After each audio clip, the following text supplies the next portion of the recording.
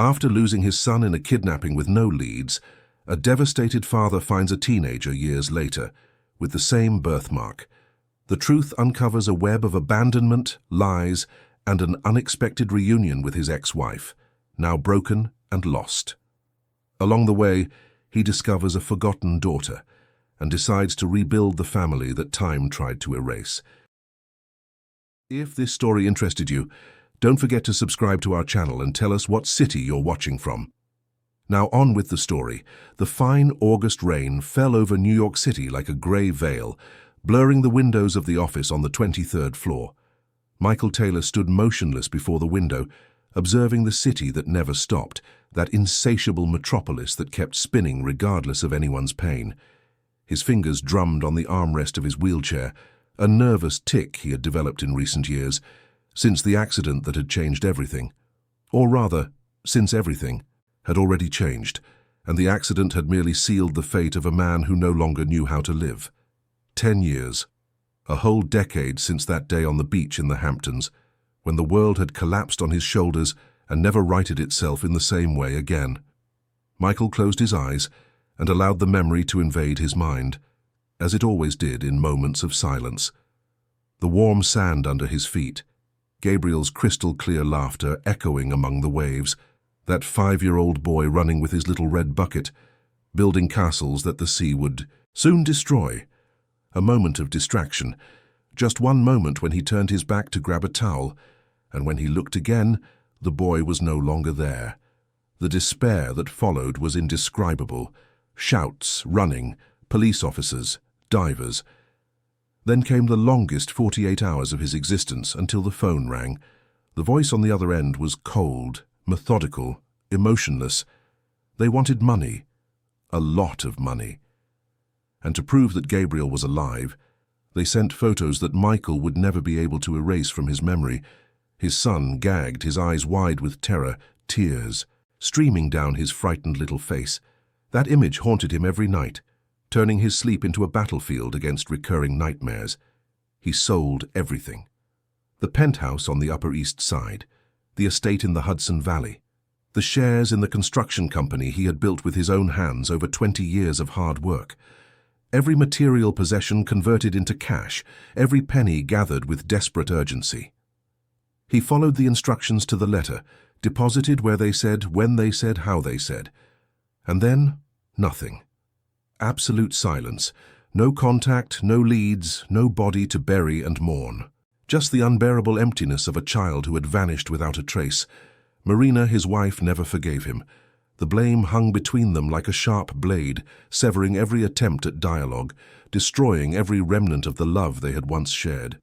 She accused him of the delay in getting the money, for the 2 days Gabriel spent in the hands of those monsters while he tried to liquidate assets. Michael defended himself, saying he had done the impossible, but deep down he knew she was right. Maybe if he had been faster, if he had kept more cash. On hand, if he had paid more attention that day on the beach. The what-ifs piled up like bricks, building an insurmountable wall between the couple.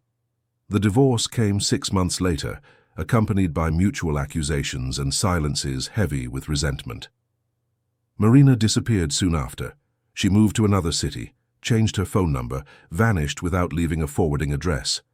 Michael tried to find her a few times at first, but eventually gave up. Each of them dealt with the loss in their own way, and hers apparently involved erasing everything that reminded her of that past. Alone, Michael became a ghost of his former self. He continued with the construction company only mechanically, delegating more and more responsibilities to partners and managers. His real work became something else, finding Gabriel. He hired the best private investigators money could buy. He appeared on television shows, always with the same photo of the smiling boy, always mentioning the heart-shaped birthmark on his right wrist. He created social media pages, spread posters across the country, offered increasingly generous rewards for any information. The years passed in a monotonous succession of leads that went nowhere. Every phone call promising news ended in disappointment. Every possible sighting turned out to be a mistake.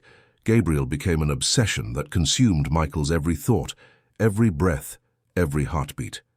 He stopped sleeping properly, stopped eating adequately, stopped truly living. He existed only for the sake of that endless search for a son the world seemed to have swallowed. It was on one of those sleepless nights, driving down the FDR Drive at 4 a.m, after another frustrating meeting with investigators, that the accident happened. Michael didn't even remember the details exactly. A moment of distraction, perhaps, or simply his body demanding payment for years of neglect.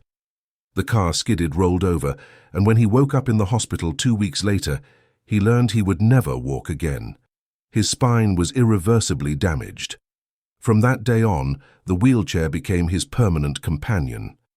Curiously, it was his psychologist, Dr. Henry, who suggested the path that would give new meaning to his ruined existence. During one of their most difficult sessions, when Michael confessed he saw no reason to go on living, the professional challenged him with a simple question. What if he used his pain to prevent other children from suffering? What if he turned that loss into purpose? The idea germinated slowly. Michael started small, donating toys to an orphanage in Queens. Then he began visiting the children, talking to them, learning their stories. Each needy face reminded him of Gabriel, but instead of pain he began to feel something different, a genuine desire to make a difference. Gradually the projects grew. He renovated orphanages, built sports courts, installed libraries, ensuring that these children, forgotten by society, had at least a decent structure and hope for a better future. That was how, 3 months ago, Michael found himself in Syracuse, upstate New York, for the inauguration of Hope House, an orphanage his foundation had completely rebuilt. The once decaying building now had walls painted in cheerful colors, new windows that let in the sun, cozy rooms, and a kitchen equipped to prepare nutritious meals. There was also a computer lab, a small library, and a playground with safe equipment. On that sunny Saturday in May, as he cut the inaugural ribbon alongside the director, Mrs. Carmen, a woman with white hair and a warm smile, Michael watched the children running around the renovated playground. Their shouts of joy filled the air, bringing a lightness he rarely felt. Maybe this was really worth it. Maybe helping these little ones was the way to honor Gabriel's memory, even if he never found him. That's when his gaze fell on a skinny teenager, about 14 or 15, leaning alone in the shade of an oak tree.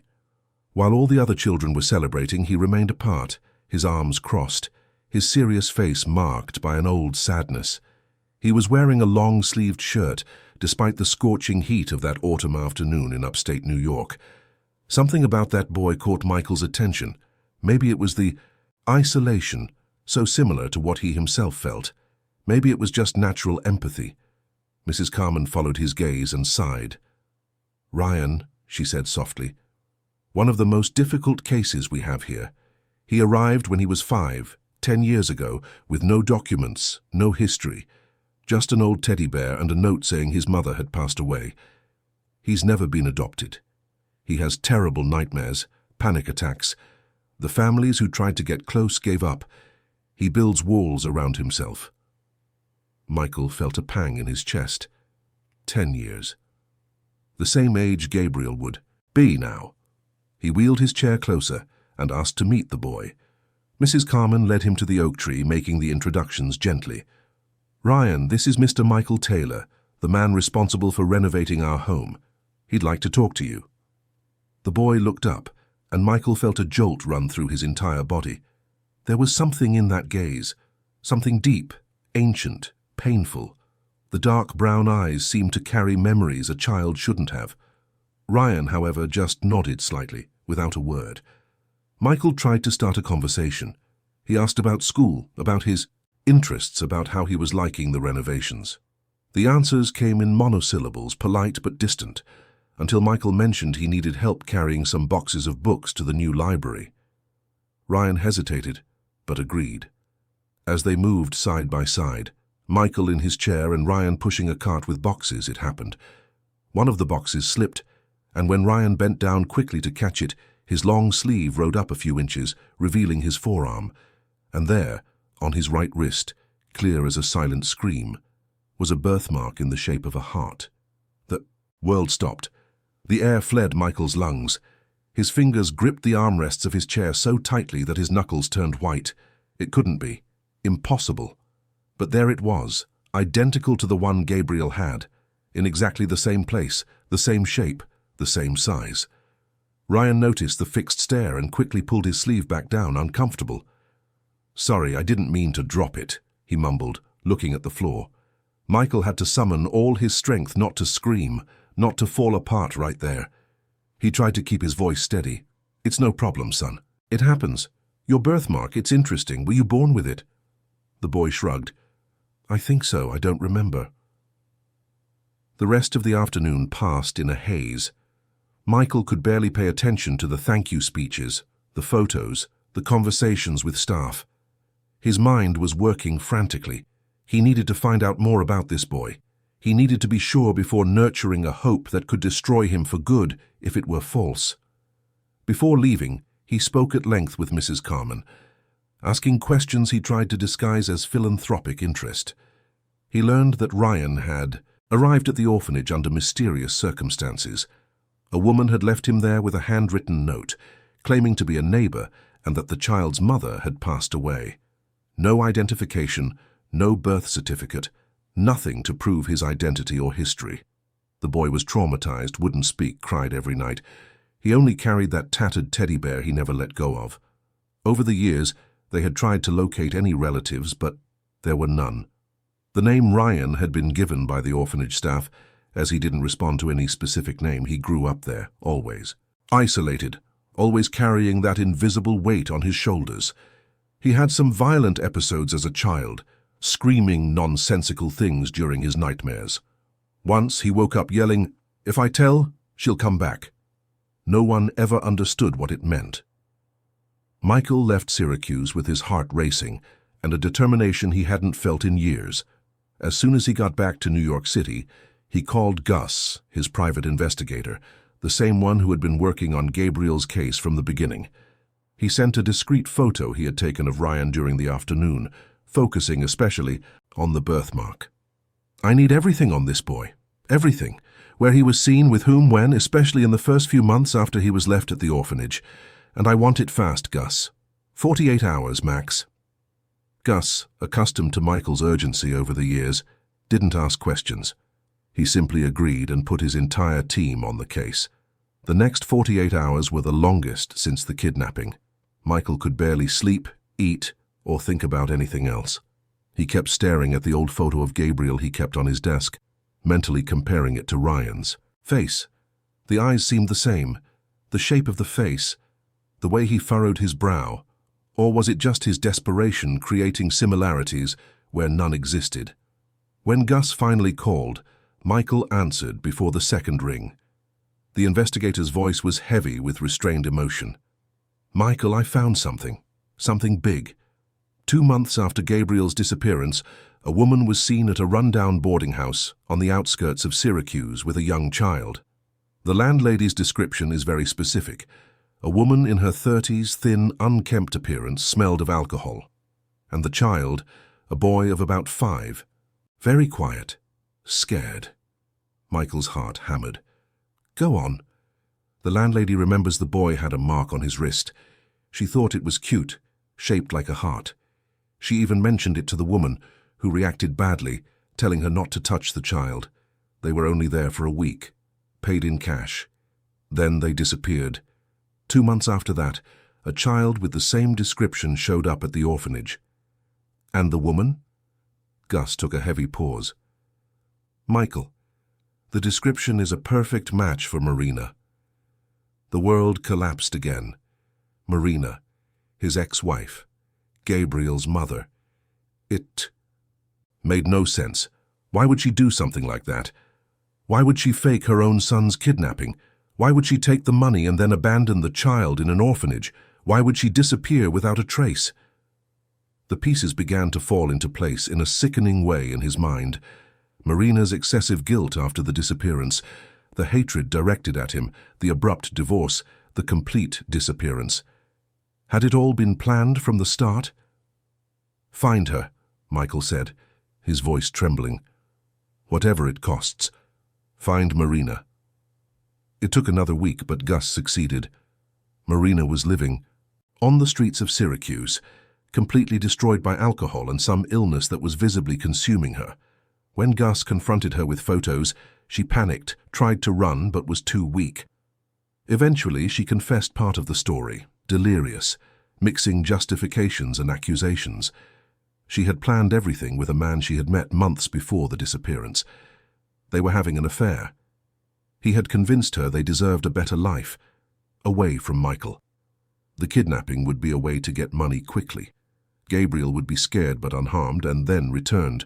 But when they got the money, the man fled, taking most of it. Marina was left with only a small amount and Gabriel, not knowing what to do. She tried to take care of him, but guilt and alcohol destroyed her. Eventually, unable to handle the situation, she abandoned the boy at the orphanage with a fabricated note, then disappeared. Michael listened to it all over the phone in absolute shock. The woman he had loved, the mother of his child, had orchestrated the nightmare that had destroyed their lives. And Gabriel had been alive all this time, growing up alone in an orphanage just a few hundred miles away. Now he knew the truth. Now he was sure. Ryan was Gabriel. His son was alive. But how could he approach him? How could he reveal all this without further traumatizing a boy who had already suffered so much? Michael needed professional help. He needed to do things right this time. He hired Caroline, a renowned child psychologist specializing in trauma and adoption. They spoke at length about the best approach. Caroline was clear. He couldn't just show up and blurt out the truth. Ryan needed to rebuild his trust in adults slowly. The process would be slow, delicate but essential to avoid causing irreversible damage. Meanwhile, Michael also contacted Mr. Sterling, a lawyer specializing in complex adoption cases. He explained the entire situation, showed the evidence Gus had gathered, and related Marina's confession. Sterling was cautious but optimistic. They would have a strong case, especially with the DNA test that would prove biological paternity. But the process would take time and require all the proper legal steps. Michael agreed to everything. He would do it the right way. His son deserved that. And so began the reconstruction of a story that had seemed lost forever. The following weeks turned into a delicate dance of approach. Michael returned to Syracuse under the pretext of monitoring the progress of the renovated orphanage, checking if everything was working properly, if the children were adapting well to the improvements. Mrs. Carmen always welcomed him with genuine enthusiasm, grateful for the transformation he had brought to Hope House. She had no idea of the real reason that brought the man back every week. Caroline, the psychologist, guided Michael through each step. No rushing. No revealing the truth before the right moment. First, build a bond. Show consistency. Prove he was someone trustworthy, who wouldn't disappear like all the other adults in Ryan's life. The boy needed to feel secure before anything else. On his first return visit, Michael brought sports equipment for the orphanage, soccer balls, new nets for the goals, vests for the teams. He watched from a distance as the children got excited about the gifts, shouting and scrambling to grab a ball. Ryan, as usual, remained apart, sitting on the entrance steps, watching everything with that distant expression that seemed to protect him from the world. Michael approached slowly, his wheelchair making a soft sound on the concrete. "Can I sit here next to you?" Ryan just shrugged, which Michael took as permission. They sat there in silence for a few minutes, just watching the other children play. "You don't like soccer?" Michael finally asked, keeping his tone casual. "I do," Ryan answered quietly. "I'm just not very good." "No one is born good at anything. We practice and get better." The boy glanced at him sideways, as if assessing whether those words were sincere or just another empty adult speech. "Must be hard to practice anything when you can't walk," he said suddenly, and immediately seemed to regret his frankness, biting his lower lip. Michael surprised himself by smiling. "Yeah, sometimes it's frustrating, but I've found other ways to do what I like. Sometimes life takes something from us, and we have to reinvent ourselves." He paused before continuing. "Do you know how to reinvent yourself, Ryan?" "I don't know what that means." "It means finding a way to keep going, even when everything seems impossible. It means being stronger than the bad things that happen." Ryan was quiet for a long moment. Then, almost in a whisper, he said, "Bad things always happen. The sentence broke Michael's heart, but he maintained his composure. Sometimes it seems that way, but good things happen too. Sometimes we just have to wait a little longer for them to show up. The boy didn't reply, but Michael noticed he hadn't moved away, hadn't put up his usual walls. It was small progress, but significant. On subsequent visits, Michael began bringing small gifts, nothing extravagant that would draw attention from the others, just simple things he noticed Ryan might like. A sketchbook when he saw doodles in his school notes, good quality colored pencils. An adventure book the bookstore Clark had recommended for teenagers. Each gift was accompanied by brief conversations, never forced, always respecting when Ryan showed he wanted to be alone. Caroline visited the orphanage separately, introducing herself as a volunteer psychologist, offering free counseling to the children. Ryan resisted at first, as expected, but Mrs. Carmen managed to convince him to try at least one session. One turned into 2, then 3. Gradually, the boy began to open up, albeit in small, cautious fragments. It was during one of these sessions that Caroline got him to draw. Ryan took the colored pencils Michael had given him and began to sketch on the paper without much initial conviction. But slowly, shapes emerged. A large house, a tree in the yard, and running across the grass, a small, brown and white dog. Caroline watched intently. "That's a beautiful house. Does it belong to someone you know?" Ryan stopped drawing, his fingers tightening on the pencil. "I think I used to live in a house like that. I don't remember clearly. But sometimes I dream about it." "And the dog? Was he in your dreams too?" The boy nodded slowly. "His name was Buddy. I remember the name. I don't know why, but I remember." Caroline felt a chill. That was the name of Michael's dog, the golden retriever Gabriel had loved as a child. The animal was still alive, though elderly, living in the house Michael had kept precisely because he couldn't part with anything that had belonged to his son. She noted everything down carefully, knowing that every detail was a piece of the puzzle confirming what they all already suspected. Meanwhile, Mr. Sterling was working on the legal proceedings. Marina's confession, though obtained unofficially, had paved the way for formal investigations. The police were discreetly involved, and Marina was eventually arrested for extortion, kidnapping, and child abandonment. During the process, more truths came to light. A DNA test requested by the defense in an attempt to prove some form of insanity ended up confirming that Ryan was biologically the son of Michael Taylor and Marina Taylor. When Mr. Sterling delivered the official news, Michael broke down. He cried, as he hadn't cried since the day of the kidnapping, but this time they weren't just tears of pain. They were tears of relief, of gratitude, of a hope reborn against all odds. His son was alive. After 10 years of desperate searching, he finally had irrefutable confirmation. But he still couldn't tell Ryan. Caroline was emphatic. The boy needed to be emotionally prepared. A premature revelation could cause more trauma. They needed to continue building the bond, earning his trust, until the natural moment came to share the truth. It was on a hot September afternoon that the first major break in Ryan's emotional barriers occurred. Michael was at the orphanage helping to organize a joint birthday party for the children born that month. There was cake, soda, colorful decorations. Ryan participated timidly, more at Mrs. Carmen's insistence than by his own will. The television was on in the next room, broadcasting the local news. Suddenly, a report on arrests related to old crimes caught their attention. The image of a man being led away in handcuffs appeared on the screen. It was brief, maybe 5 seconds, but it was enough. Ryan froze. His face lost all its color. The soda cup slipped from his hands, shattering on the floor. He began to tremble violently, breathing too fast, his wide eyes fixed on the television even after the image was gone. Michael immediately realized something was very wrong. He quickly rolled his chair to the boy, placing a hand gently on his shoulder. "Ryan, what is it? Are you okay?" The boy tried to speak, but no sound came out. He was having a severe panic attack.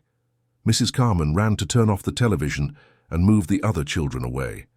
Caroline, who luckily was present that day, immediately took control of the situation. She led Ryan to a quieter room, with Michael following close behind. It took almost 20 minutes for Ryan to be able to breathe normally again. He was soaked in sweat, shaking, curled, up in a corner of the room hugging his own knees. Caroline stayed by his side the whole time, using breathing techniques, a calm and consistent voice, until the panic began to subside. When he could finally speak, the words came out in broken gasps, laden with terror. It was him, the man on TV, I know him. He was there. "Where, Ryan?" Caroline asked softly. "In the dark place, where they took me. He said if I told anyone, he'd throw me in the river. He said no one would ever find me. I was so scared." Michael felt rage boil in his veins, but he forced himself to remain calm. This was the moment to provide security, not to show fury, however justified. He moved his chair closer and slowly extended his hand, giving Ryan time to decide whether to accept it. The boy hesitated, but eventually gripped Michael's hand tightly as if it were an anchor preventing him from drowning. "You're safe now," Michael said firmly. "That man can't hurt you anymore. You're here, with people who care about you. And I promise you, Ryan, as long as I'm alive, no one will ever hurt you again." The boy looked him in the eyes, and Michael saw something there he hadn't seen before, a desperate desire to believe, to trust, to finally let the walls he had so carefully built around himself come down. It was the turning point. From that day on, Ryan began to truly open up. In his sessions with Caroline, fragmented memories began to surface: the large house with a yard, the dog, Buddy, playing in the sand, a female voice calling his name, but not Ryan, another name he couldn't quite remember, something with a G. Gabriel maybe, he wasn't sure. Caroline shared everything with Michael, who absorbed every detail like drops of water in a desert. His son was coming back, not just physically, but emotionally as well. The suppressed memories were beginning to resurface, shy but real. Mr. Sterling, meanwhile, was moving forward with the adoption process. Technically, since Ryan had no documentation and had been abandoned, he was a ward of the state through the orphanage. Michael would have to go through all the normal steps for adoption eligibility, including psychological, social, and home infrastructure evaluations. The difference was that, with proof of biological paternity, the process would be facilitated and expedited. Michael's visits became more frequent. Now Ryan would wait for him, sometimes even asking Mrs. Carmen when Mr. Taylor was coming again. They talked about everything, about school, dreams, fears. Michael told stories of when he worked in construction, of the buildings he had erected, of the challenges he had overcome. Ryan listened, fascinated, asking questions, showing a sharp intelligence that his constant sadness usually hid. One day, Michael brought his laptop and showed photos of his house in New York City, a spacious brownstone in Brooklyn Heights with a garden in the back, large rooms, a library full of books, and there, lying on the living room rug, was an old greying golden retriever with sweet, kind eyes. Ryan's eyes widened. "It's a golden retriever, just like the Buddy I dream about." Michael felt his heart ache. "It is the real Buddy. He's old now, about 12, but he's still the best companion anyone could have." "Is he yours?" "He is. And you know something funny. Buddy had an owner before me, a little boy who loved him very much." He took a calculated pause. "Sometimes I look at Buddy and feel like he's still waiting for that boy to come back." Ryan was quiet for a long moment, staring at the photo. "I'd like to meet Buddy someday." "Maybe that can be arranged," Michael replied with a smile. 2 weeks later, with special permission from Mrs. Carmen and accompanied by Caroline, Michael took Ryan to spend the afternoon at his house. The boy was visibly nervous during the car ride from Syracuse to New York City, but there was also a spark of anticipation in his eyes. When they entered the house, Buddy was lying in the living room as always. The dog lifted his head upon hearing the door open, and then something extraordinary happened.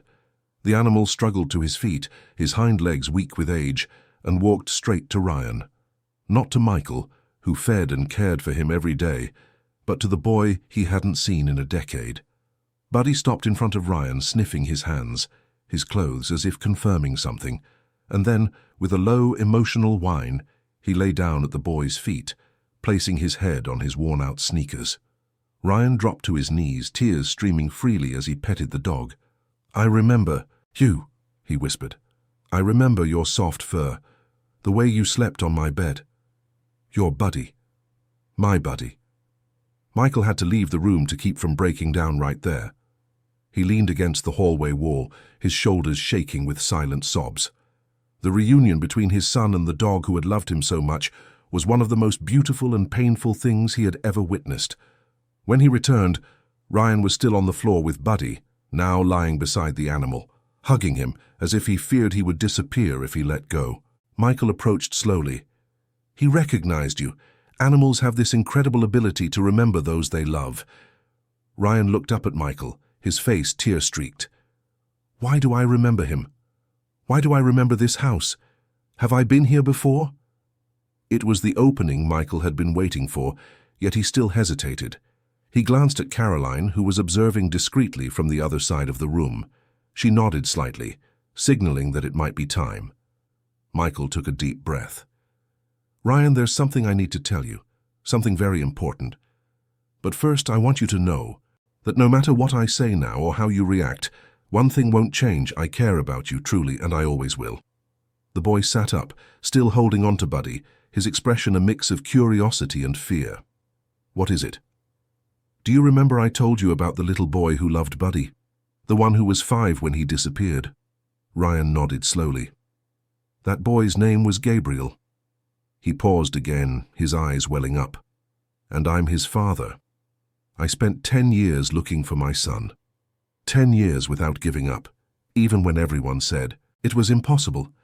And then a few months ago I found you in Syracuse, with the same birthmark that Gabriel had, in the same place, in the shape of a heart."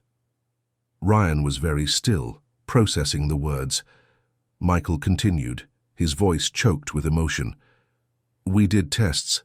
We talked to people. We put all the pieces together. And we found out the truth, Ryan. You are not Ryan. You are Gabriel. You are my son. And I have spent every day of the last 10 years trying to bring you back home." The silence that followed was absolute. Ryan stared at Michael as if trying to rearrange his entire reality. His hands were shaking. Buddy whined softly as if sensing the boy's emotional turmoil. "But I don't remember you," Ryan finally said, his voice faint. "I don't remember having a father." "I know, and that's okay. The psychologist explained that your brain blocked a lot of bad memories, and along with them, it blocked the good ones too. But they're there, Gabriel. You remember Buddy. You remember the house. Slowly, maybe you'll remember more things, or maybe you won't. And that's okay too. Because what matters isn't the past. Okay, it's that you're here now, you're safe. And if you'll accept it, you can stay, you can come home." Ryan, or Gabriel, began to cry. They weren't tears of pure sadness, but a complex mixture of emotions he couldn't even name himself. Relief, fear, hope, confusion, all at once. Caroline approached, kneeling beside him. "You don't have to decide anything right now, Gabriel. You don't have to say how you feel or pretend everything is okay. You can just feel. And when you're ready, we'll talk about what comes next." And so, on that October afternoon, surrounded by the father who had never given up searching for him, and the dog who had never forgotten his scent, the boy who had spent 10 years being called Ryan began the slow journey of becoming Gabriel again. The following months were a time of careful adaptation and daily discoveries. Gabriel, as Michael began to call him, still automatically responded to the name Ryan at times, especially when he was distracted or nervous. Caroline explained that this was normal. After all, he had spent a decade as Ryan. The identity of Gabriel would need to be rebuilt gradually, without pressure, respecting the boy's own pace. The adoption process moved forward through the necessary legal channels. Although biological paternity was proven, the state needed to ensure that the family reintegration would be healthy and safe. Social workers regularly visited the house in Brooklyn Heights, talked with Gabriel, and observed the dynamic between father and son. The reports were unanimously positive. Michael showed infinite patience, deep understanding, and an unconditional love that was evident in every gesture. Gabriel began visiting the house on weekends at first, always accompanied by Caroline in the beginning. Mrs. Carmen fully supported the transition, happy to see one of her most difficult boys finally finding a home. The room that Michael had kept intact all those years was partially updated. He kept some old toys that Gabriel was beginning to vaguely recognize, but added new things suitable for a 15-year-old teenager. Books, a computer, posters Gabriel had chosen, a comfortable bed with a blanket of his favorite soccer team. Buddy became the most important bridge between past and present. The elderly dog practically never left Gabriel's side when he was at the house. He slept at the foot of his bed, followed him from room to room, and rested his head on his lap whenever the boy sat down. It was as if the animal were making up for 10 lost years, savoring every moment with the boy he had loved so much as a puppy. The memories continued to return in fragments. Sometimes Gabriel would see something, an object, a smell, a song, and suddenly a hazy memory would surface. He remembered a birthday with chocolate cake. He remembered cartoons he used to watch in the morning. He remembered the feeling of being held, of safety, of being loved. He couldn't connect all the pieces yet, but they were there, gradually re-emerging from the deep place where his brain had stored them to protect him from pain. It was during one of these memory sessions that Gabriel asked about his mother. Michael knew this moment would come, but he wasn't prepared for the complexity of emotions the question stirred. How could he explain to a son that his own mother had orchestrated his kidnapping? How could he balance the truth with preserving his emotional health? Caroline was present for this conversation. The three of them sat in the living room, Buddy lying at Gabriel's feet as always. Michael took a deep breath and began to tell the story, editing the cruelest parts but keeping the essence of the truth. He spoke about Marina, about how she was sick, about the terrible choices she had made. He emphasized that the problem was never Gabriel, that a child is never responsible for the wrong decisions of adults. Gabriel listened in silence, processing information that completely reshaped his understanding of himself. "So she didn't die when I was little," he finally said. "She left me on purpose." The pain in the boy's voice broke Michael's heart.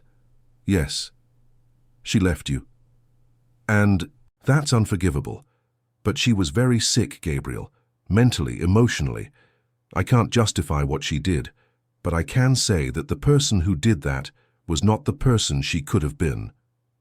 "Do I want to see her?"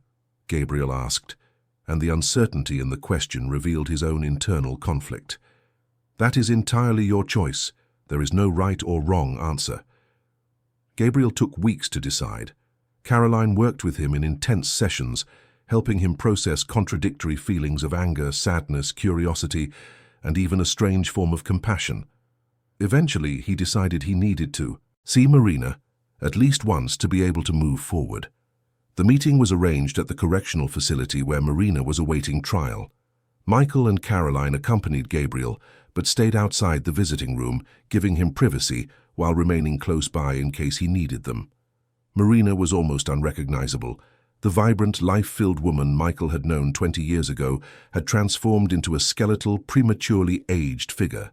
Her hair was grey and thin, her skin sallow, her hands constantly trembling. She was sick, very sick, although she refused to reveal exactly what it was. The prison doctors suspected severe liver problems, a consequence of years of alcoholism. When Gabriel entered the room, Marina began to cry. She tried to stand, but her legs failed her. "My boy," she whispered, "my Gabriel, you've grown so much." Gabriel remained on the other side of the table, rigid, unsure what to feel. "Why?" was all he could manage to ask. Marina covered her face with her trembling hands. "I was sick. I was confused. I thought I was doing what was best, but I only made everything worse. I destroyed lives. I destroyed you. I destroyed myself. That doesn't answer my question." She looked at him through her tears. "I don't have an answer that makes sense. I was selfish, stupid, weak. I believed someone who didn't deserve my trust. I made choices I should never have made. And when I realized the magnitude of my mistake, it was too late. I couldn't fix it, so I ran." Gabriel clenched his fists on the table. You left me in an orphanage. You left me alone. Do you know what I went through? I know I don't deserve your forgiveness. I know nothing I say will change what I did. But I need you to know one thing, Gabriel. She paused to cough, a deep, painful cough. In all those years on the streets, in all my misery, the worst torture wasn't the hunger or the cold. It was knowing I abandoned my son. It was carrying that guilt every day, unable to undo it. You could have come back. You could have looked for me. Marina shook her head. I was so scared. Scared of prison. Scared of your rejection. Scared of facing what I had done. So I drank to forget. I drank until I couldn't stop. Her voice broke. Completely. I wasn't asking for you to forgive me, Gabriel. I just wanted you to know that I'm sorry. Deeply, eternally sorry. Gabriel was silent for a long moment. When he spoke again, his voice was firmer. I don't know if I can forgive you. Maybe one day. Maybe never. But I came here because I needed to see you. I needed to understand that you're real. Not just a monster in my nightmares. You're a person who made terrible choices and is paying for them. I am, Marina agreed. And I'll keep paying for the rest of my life, however short it may be. That's when she mentioned something that would change everything again. Gabriel, there's one more thing you need to know. After I left you, She hesitated, coughing again. I met someone. Another man. I got pregnant. I had a girl. Gabriel's eyes widened. A sister? Half-sister, technically. She's not your father's daughter. Marina wiped her tears with the back of her hand. When she was born, I was already completely lost. I couldn't take care of her. I did the same thing I did with you. I left her at the same orphanage, Hope House in Syracuse. She's 7 now. Her name is Laura. The revelation was like a punch to Gabriel's gut. There was a child, a little girl, abandoned by the same woman who had abandoned him, a sister he never knew existed. Does she know about me? Gabriel asked. No, she doesn't know anything. Marina looked directly into her son's eyes. I know I have no right to ask for anything, but if there is any kindness left in you, any compassion that I haven't destroyed, please look after her. Don't let her grow up alone like you did. Gabriel stood up, feeling the conversation weighing too heavily on his shoulders. I have to go. I understand. Marina stood as well, leaning on the table. Gabriel? He stopped at the door, without turning around.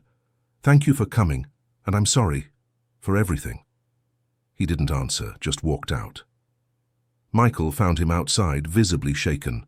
For the first time since discovering the truth, Gabriel threw himself into his father's arms, crying with an intensity that came from the deepest part of his soul.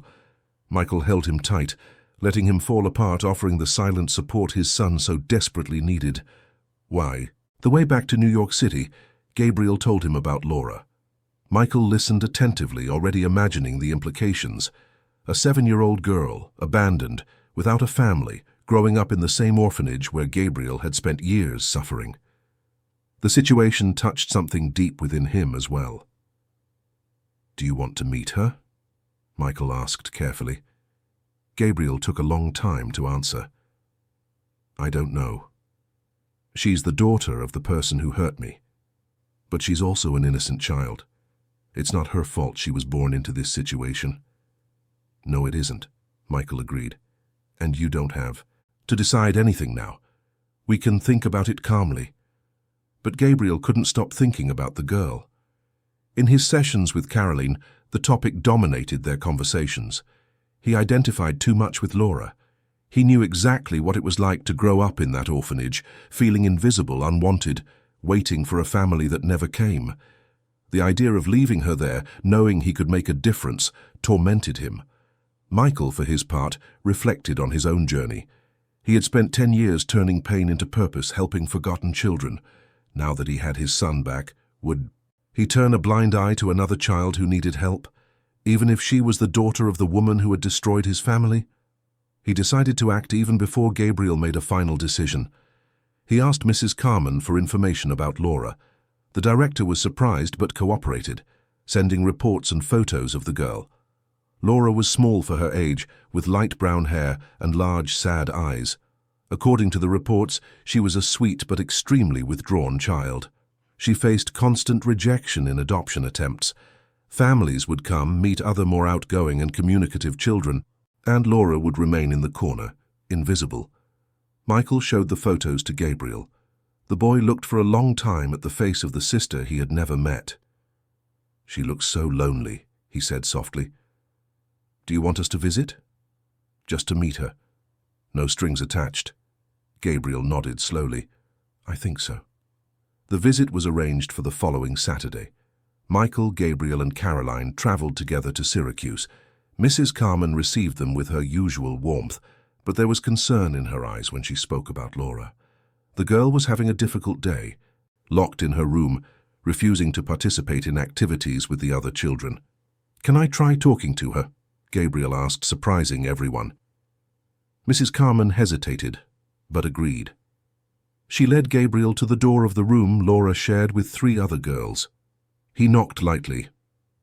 "Laura, my name is Gabriel. Can I come in?" Silence. Then a small, faint voice. "Why?" "Because I'd like to meet you. I won't stay long if you don't want me to. I just want to say hi." The door opened a crack. Laura peeked out, her large eyes assessing the teenager before her. "You're very tall," she said. Gabriel smiled. "That's because I'm older. You'll grow too." She opened the door a little more. "Everyone says that, but I don't believe them." "Why not?" "Because nothing people say ever really happens." The sentence broke something inside Gabriel. He knelt to be at her eye level. "I know how you feel. I grew up here too." Laura's eyes widened. "Here? At Hope House?" "Yes, for many years. I also thought nobody wanted me. I also felt alone." "And what happened?" Gabriel looked back, where Michael was watching discreetly from the hallway. "Someone looked for me. Someone who never gave up on me, even when I didn't know he existed." Laura followed his gaze. "That man in the wheelchair." "Yes, he's my father." The girl frowned, confused. "But why were you here if you have a dad?" "It's a long and complicated story, but the important thing is that now I have a family again." He paused. "And I found out I have a sister."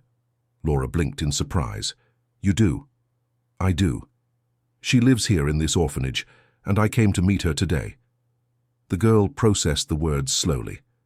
Then her eyes filled with understanding and surprise. "Me? I'm your sister?"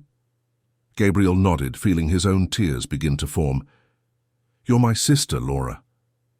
For the first time since they had arrived, Laura smiled, a small, shy but genuine smile. "And does that mean you're not going to leave?" "It means we're going to get to know each other better. I'll come visit you. We'll talk, play, and see where it goes. No rush, no pressure. Just 2 siblings getting to know each other." Laura stepped completely out of the room and, to everyone's surprise, hugged Gabriel. It was a desperate hug, as if she were clinging to a life raft in the middle of the ocean. Gabriel hugged her back, feeling the fragility of that small body that carried so much rejection. Michael watched from a distance, his heart aching.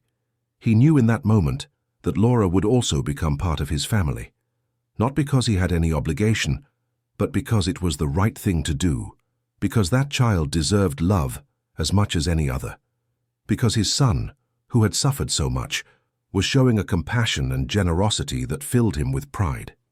In the following months, visits to Laura became routine. Gabriel went to see her every week, sometimes accompanied by Michael, sometimes alone. He brought small gifts. They talked about everything and nothing, slowly building a genuine sibling bond. Laura began to open up, to smile more, to participate in the orphanage activities. Knowing she had a brother who cared, who wouldn't forget her, completely changed her worldview. Michael, meanwhile, initiated the process for Laura's adoption.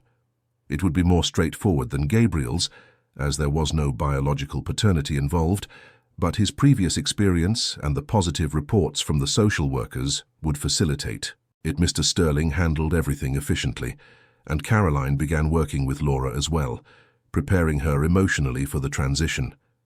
Gabriel had his moments of doubt.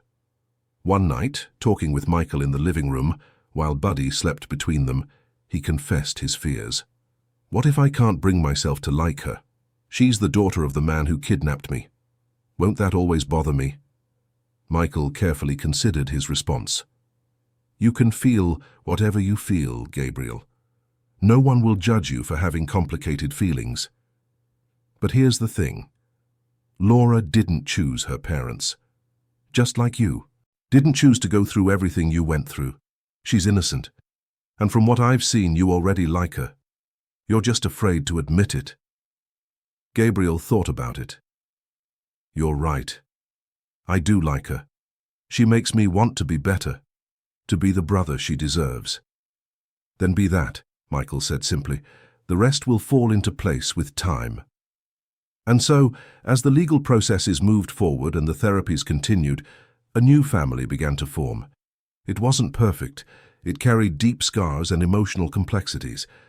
But it was real, built on a foundation of chosen love, hard-won forgiveness, and renewed hope. Spring arrived in New York City, bringing with it the renewal the city always promised but rarely delivered. The streets remained chaotic, the traffic deafening. But for Michael Taylor, that September had a completely different meaning. For the first time in over a decade, he felt truly alive, not just existing. Laura's adoption process was finally finalized on a Tuesday morning at the Kings County Supreme Court. Michael was there in his best suit, Gabriel by his side visibly nervous, Caroline smiling with pride, and Mr. Sterling organizing the last documents. When the judge banged the gavel, officially declaring Laura the daughter of Michael Taylor and the sister of Gabriel Taylor, the girl burst into tears, not of sadness, but of a joy so pure and overwhelming that it infected the entire room. Michael picked her up, something difficult to do from his wheelchair, but he managed with Gabriel's help. Laura hugged him tightly, repeating over and over, "I have a real family now. I have a real family."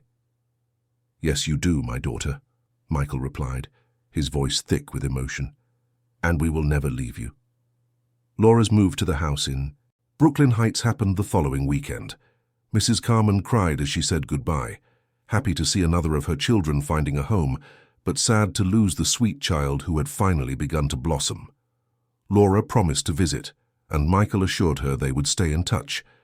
After all, Hope House would always hold a special place in their lives, however painful the associated memories were. Laura's room was next to Gabriel's. Michael had made sure to decorate it in pastel shades she had chosen, filling it with children's books, dolls, and stuffed animals. There was also a desk for studying and a bookshelf with room to grow with her. When Laura saw it all for the first time, she stood frozen in the doorway, as if afraid it was just a dream from which she would wake at any moment. "You can go in, Laura," Gabriel said gently, touching her shoulder. "It's all yours, for real." She took the first hesitant step, then another, until she was in the middle of the room, spinning in circles to take in every detail. "I've never had my own room," she whispered in awe. "You do now," Michael said the doorway, watching with a full heart. "And you will forever." Buddy, who had followed them all there, limped in and lay down on the fluffy rug beside the bed.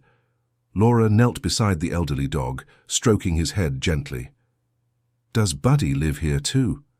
"He does," Gabriel confirmed, "and he's very protective of the people he likes. I think you've gained a guardian." Laura smiled, the smile that had been appearing more and more frequently since she learned of the adoption. "I've always wanted a dog." "Now you have a dog, a brother and a father," Michael summarized. "A complete family."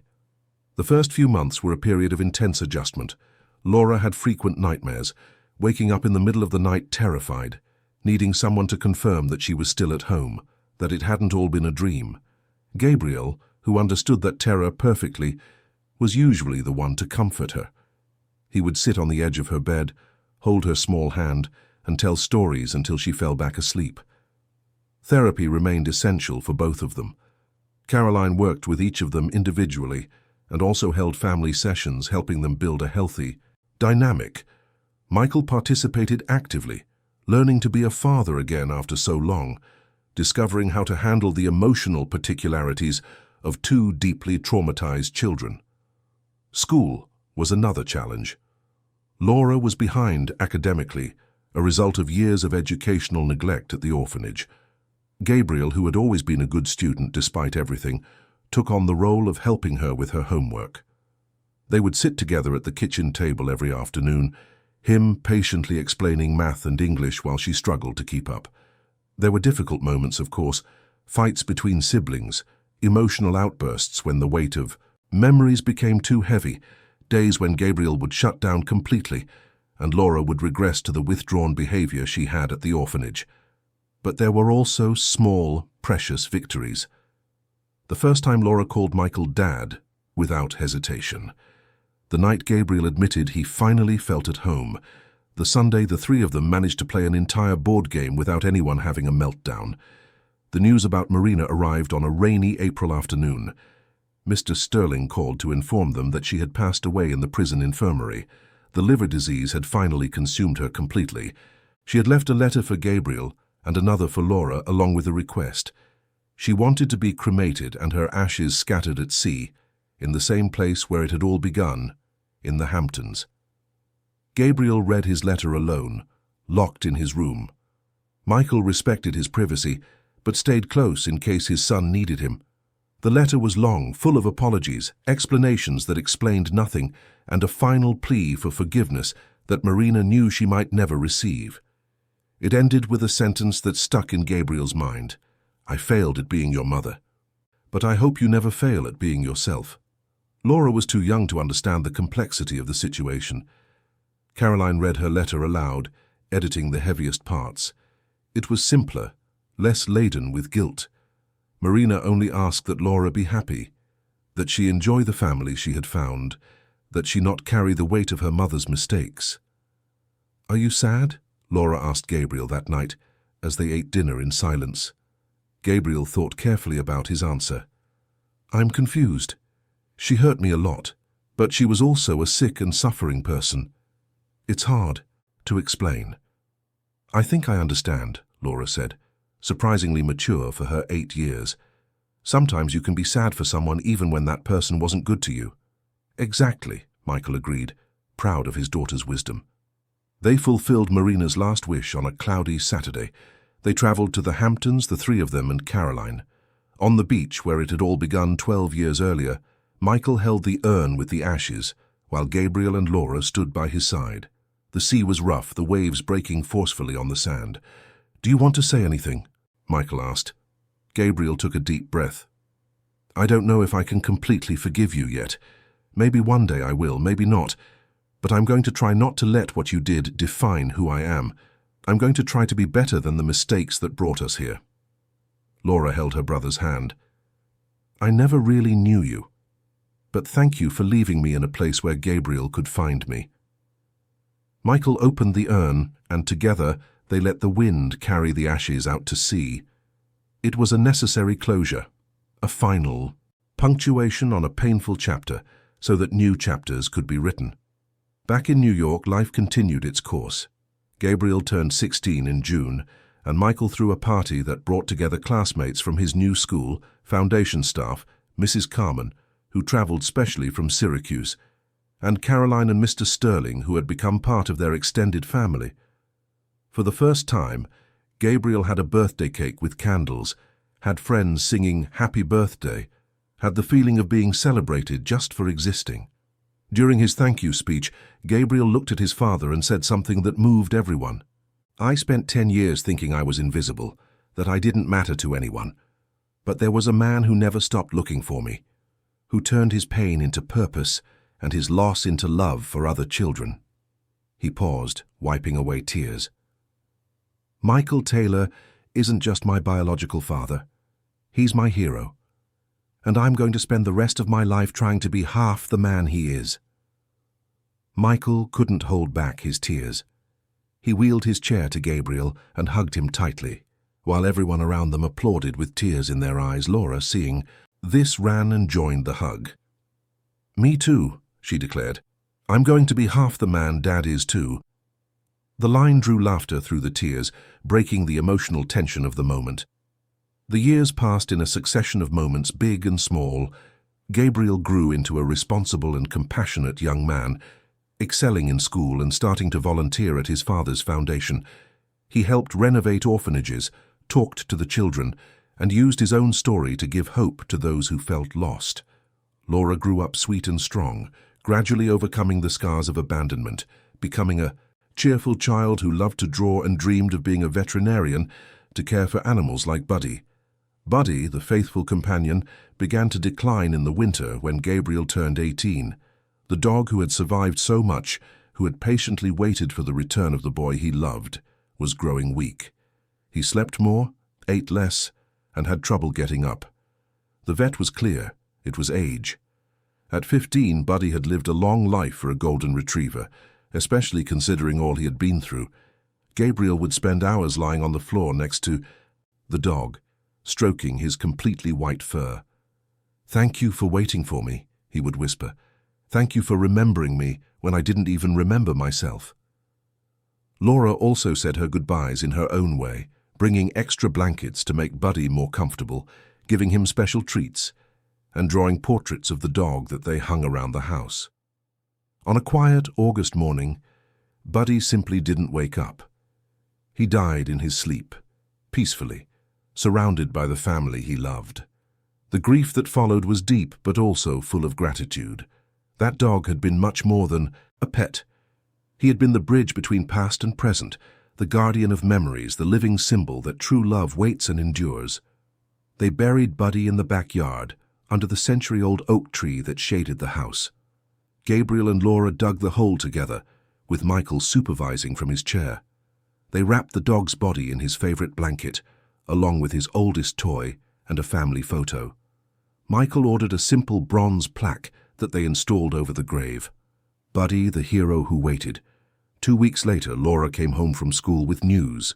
There were posters on the bulletin board about golden retriever puppies for adoption. "Can we?" she asked hopefully. "Not to replace Buddy, never, but to give another dog a good family like he had." Michael and Gabriel looked at each other, then smiled. "Why not?" Gabriel said. "Buddy would like to know we're helping another dog."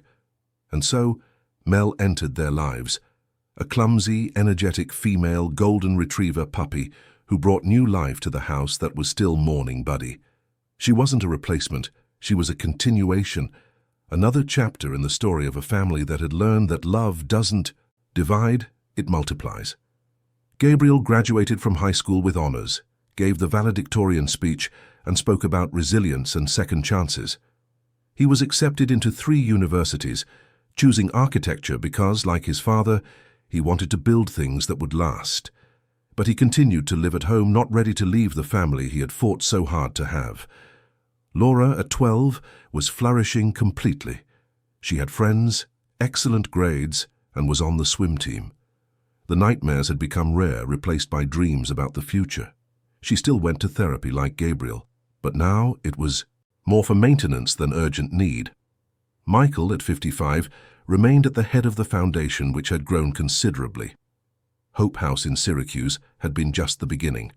Now there were dozens of renovated orphanages across the country, thousands of children impacted. But his greatest pride wasn't in the annual reports or the inauguration plaques. It was at the dinner table every night when he sat with his 2 children to eat and talk about their day. During one of these dinners, Gabriel made an announcement. He was dating someone, a girl from his college, a student of education, whom he had met through volunteer work. Laura was thrilled, wanting to know all the details. Michael just smiled, happy to see his son building healthy relationships, trusting people, opening his heart. "When do we get to meet her?" Laura asked excitedly. "Next Sunday, if you'd like," Gabriel replied. "She's eager to meet you all."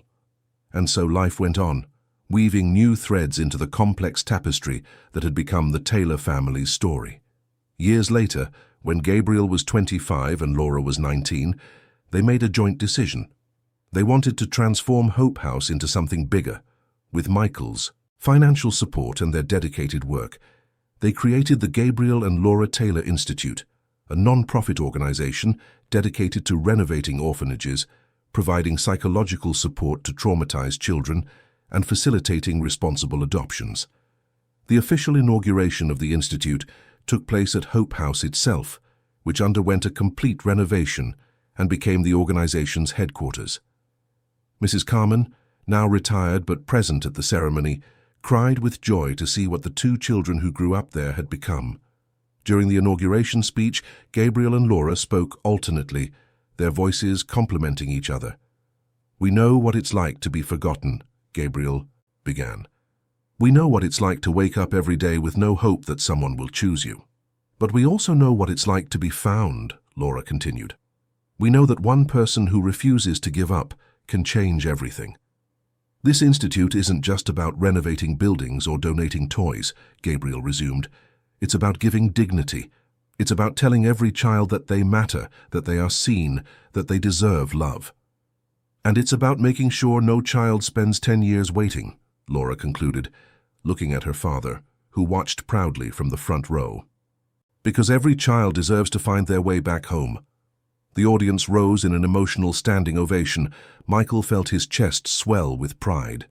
These two extraordinary young people, who had been through so much, who had every reason to be bitter and broken, had chosen to turn pain into purpose, just as he had done years ago, but on an even grander scale.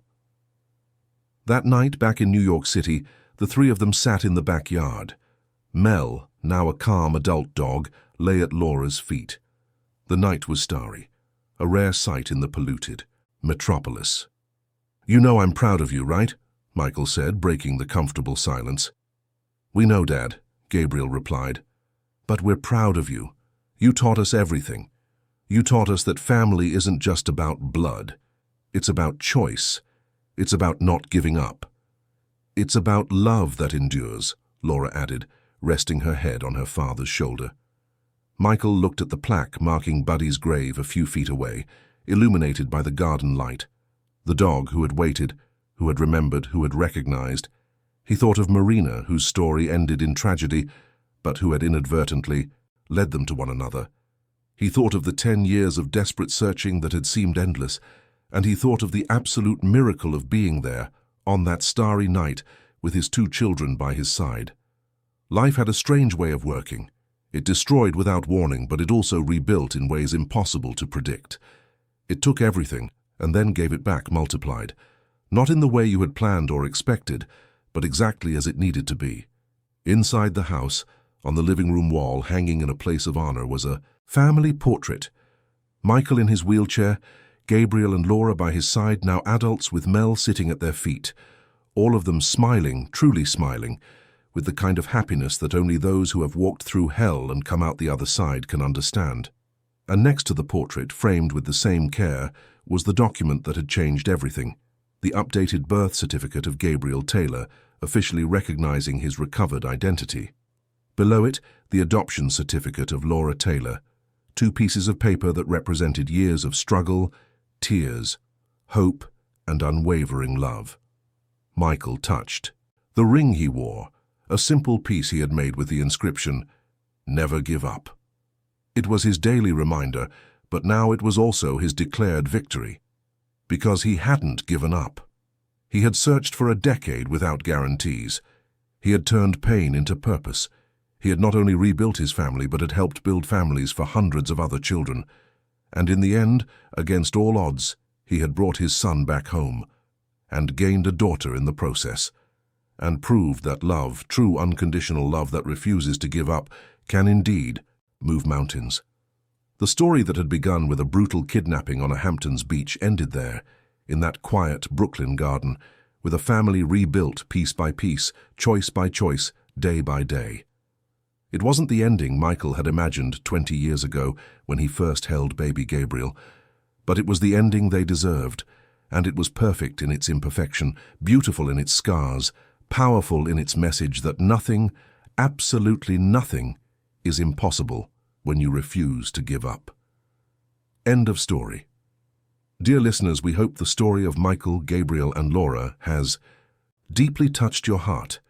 If you were moved by this journey of pain, relentless searching, and reunion, please leave a like, subscribe to the channel, and tell us in the comments Which moment stood out to you the most?